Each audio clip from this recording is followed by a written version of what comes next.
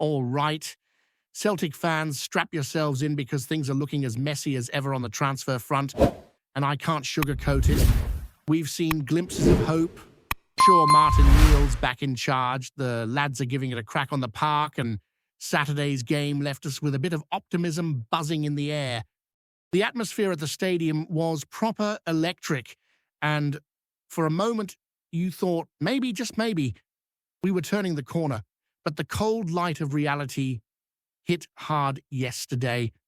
Hearts and Rangers both took care of business, and it feels like we're standing still while they're lapping us. Hearts, playing with 10 men no less, managed to snatch a win thanks to Craig Gordon pulling off saves that would have most keepers drooling. And Rangers grind out a result in a tough away fixture. Meanwhile, Celtic are treading water and the frustration is real. The league doesn't wait for anyone. And watching rivals strengthen while we meander through half-hearted negotiations is a nightmare for anyone with a sense of club pride. It's hard not to feel like we're handing the title over with open hands. Let's talk transfers because that's where my blood pressure really spikes. First up, the Jocelyn Tabby saga, which promised so much drama and excitement, has fizzled out, apparently thanks to a failed medical. After all the build-up, the whispers and the "it's practically done" headlines, the move is off. Reports suggest the player's fitness concerns were too serious to overlook, and Celtic's attempt to push it through collapsed under the weight of due diligence we apparently didn't do properly in the first place. Now, don't get me wrong, some of you might be breathing a sigh of relief, and I get it. No one wants another injury-prone signing to add to the pile. But this isn't just a case of dodging a bullet. It's a glaring example of how we're conducting business at the club. We chased a player who was likely to fail a medical, and we somehow didn't learn from past errors. The system, the criteria for signings, seems all over the place. Players who are injured or out of form get a free pass while real talent slips by. And here we are, back to square one, desperately looking for a winger in the January window. Enter Ignasio Lintana, the latest name being floated around as a potential loan option. He's a 26-year-old Brazilian currently out of favor at RB Bragantino, and Celtic are supposedly in talks for a temporary move with an option to buy. On paper, it might sound okay. He's played a decent number of games in Brazil and chipped in a handful of goals, but when you dig a bit deeper, the stats are underwhelming. 218 games over his career, just 23 goals and 22 assists. Compare that to players who've thrived at Celtic in recent seasons, and it doesn't inspire confidence. The pattern is glaring. We target players who aren't wanted by their current clubs, players who need a lifeline rather than players in form who could make an immediate impact. We should be looking for someone to solidify the right wing, someone to lead the line, someone to drive us towards the league title. Instead, we're scraping the bottom of the barrel, hoping that a gamble on an underwhelming loanee will miraculously pay off. And if you thought it couldn't get worse, let's chat about the striker situation. Reports from France are linking Celtic with Mohamed Bamba from FC Lorient, and the headlines alone set the tone. Lacking confidence, lacking game time, struggling to find form. 1 goal this season, not a regular starter, and yet apparently this is the solution for a team chasing silverware. The irony isn't lost on anyone. Celtic, a club with a proud history and high expectations, once again teetering on the edge of a questionable loan deal, a pattern that's become far too familiar. Bamba's career has had glimpses of promise, particularly in Israel, but in France, he's struggled for the past 3 years. 3 goals last season, 3 this season, hardly the stats you want to see when hoping for a striker to lead your title charge. And Who's pushing this deal? None other than Dudu Han, the agent whose name has become synonymous with controversial signings. If you've followed Celtic over the years, you'll know exactly the type of negotiations this bloke gets involved in, and it's rarely ended well. The idea that the board is entertaining this and even considering it seriously leaves fans scratching their heads and wondering what criteria are being used to judge talent. Meanwhile, the sensible, solid options we should be pursuing get ignored.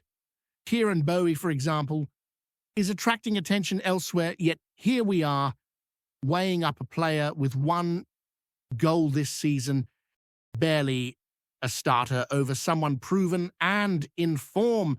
The priorities are all skewed. It's frustrating, maddening, and deeply concerning. We are running down the clock with barely any meaningful signings, and the window is closing fast. Every passing day without action compounds the risk of falling further behind Rangers and Hearts, who are clearly moving with intent. There's a growing sense of despair among fans because the evidence on the pitch and off it suggests a club lacking direction and decisiveness in the transfer market. The feeling that we're sleepwalking into disaster has shifted. We're sprinting now full tilt, and it's terrifying. And yet, amidst all this chaos, there are occasional glimmers. Stephen Welsh has been recalled from Motherwell, a centre-half option, brought back to bolster the defence. It's a positive move, and he's performed admirably during his loan spell, but it's also a stark reminder of what Celtic aren't doing. Spending money to proactively strengthen the squad in key areas. Bringing back a player on loan is one thing. Securing game-changing signings in January is another, and sadly, it's not something we're seeing. The cautious, timid approach has been exposed, and fans are rightly concerned about the direction of the club. Every failed deal, every out-of-form player linked, every last-minute scramble to patch gaps paints a picture of a team chasing shadows rather than setting the pace. We need ambition, clear planning, and decisive action. Watching rivals invest millions while Celtic circles around loan options and underwhelming prospects is a bitter pill to swallow. The frustration isn't just about names on a transfer list.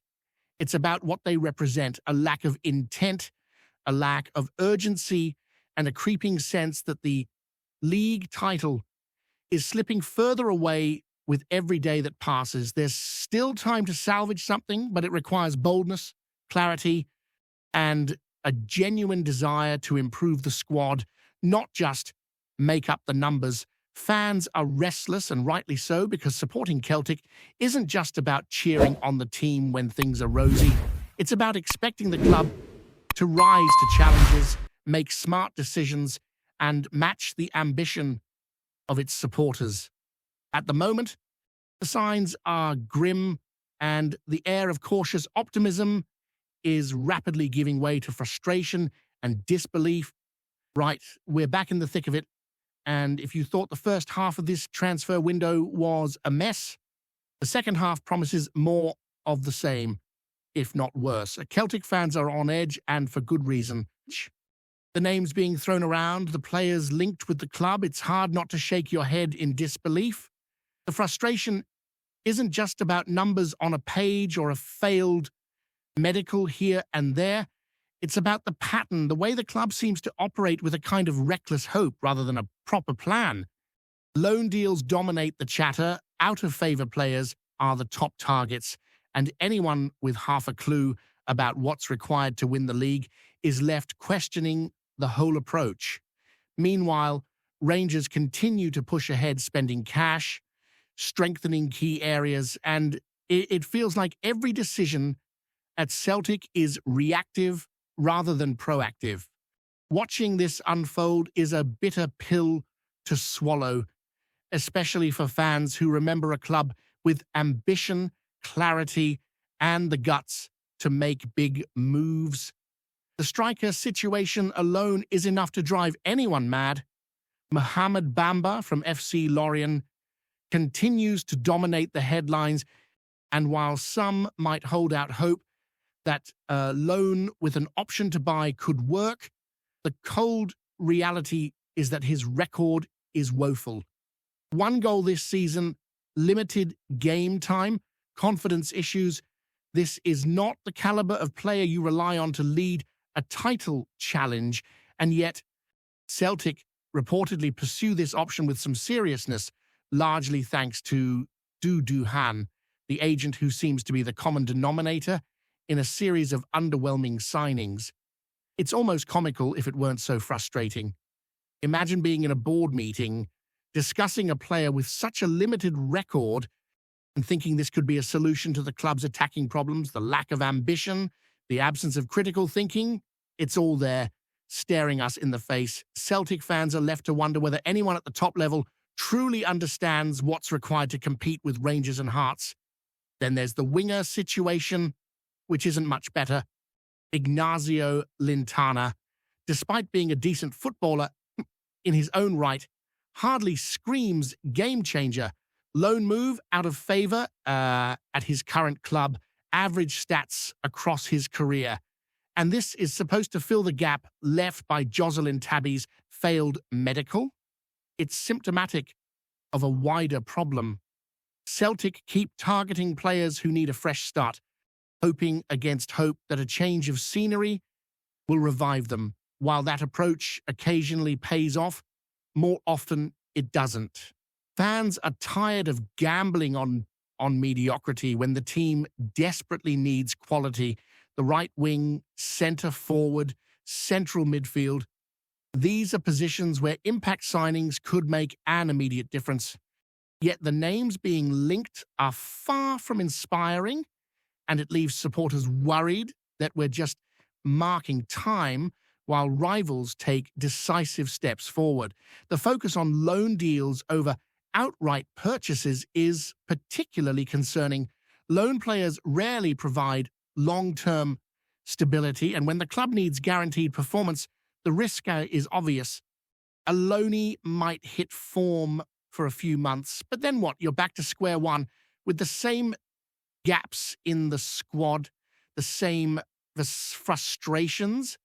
Celtic need players who can lead, who can inspire, who can make a difference week in, week out. Settling for stopgap solutions because of budget constraints or a lack of decisive planning undermines the entire team. And yet, the narrative persists.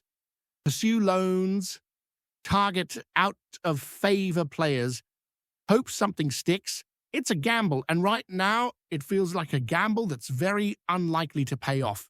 Looking at the bigger picture, there's a growing sense that the club is losing its identity. Celtic have long been known for nurturing talent, for making shrewd acquisitions that elevate the squad, but this window has exposed cracks in that philosophy. Decisions seem short-sighted, reactionary, and driven by convenience rather than ambition. Even the players being recalled, like Stephen Welsh from Motherwell, underline a reliance on what's already within reach rather than seeking genuine reinforcements.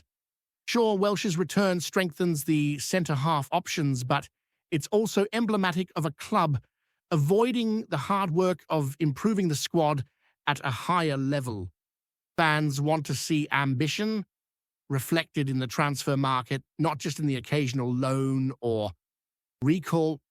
It's also worth noting the psychological impact of these moves on the squad itself. When players see a club chasing out-of-favour names, barely proven strikers, and injury-prone wingers, it sends a message. It's a subtle but powerful statement about standards and expectations. For younger players coming through the ranks, for those already battling week in, week out, the club's approach can affect morale. Confidence on the pitch isn't just about tactics.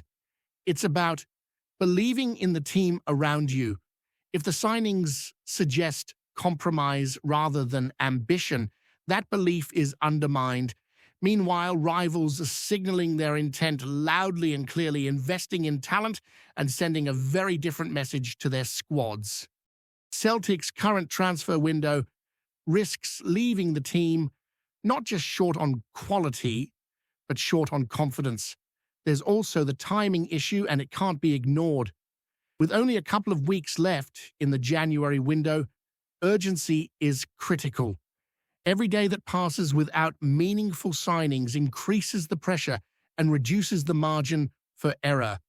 Panic decisions become more likely, and mistakes that might have been avoided in November or December now loom larger. Yet, despite knowing exactly which positions need reinforcement, the club seems unable or unwilling to act decisively. It's maddening for supporters who want to see action. For those who understand that a league title challenge requires more than hope and wishful thinking, the window is a test of competence, planning, and courage. And at the moment, Celtic are floundering in all three. Before we proceed, subscribe to our channel and enable notifications to receive all exclusive news about Celtic FC. Don't miss any details about your favorite team. It's extremely important for Celtic FC fans. The word doing the rounds in Glasgow's fit bar circles is that Brereton Diaz is on the brink of a lightning move to Celtic, with sources close to the camp hinting that the striker himself has quietly given the nod.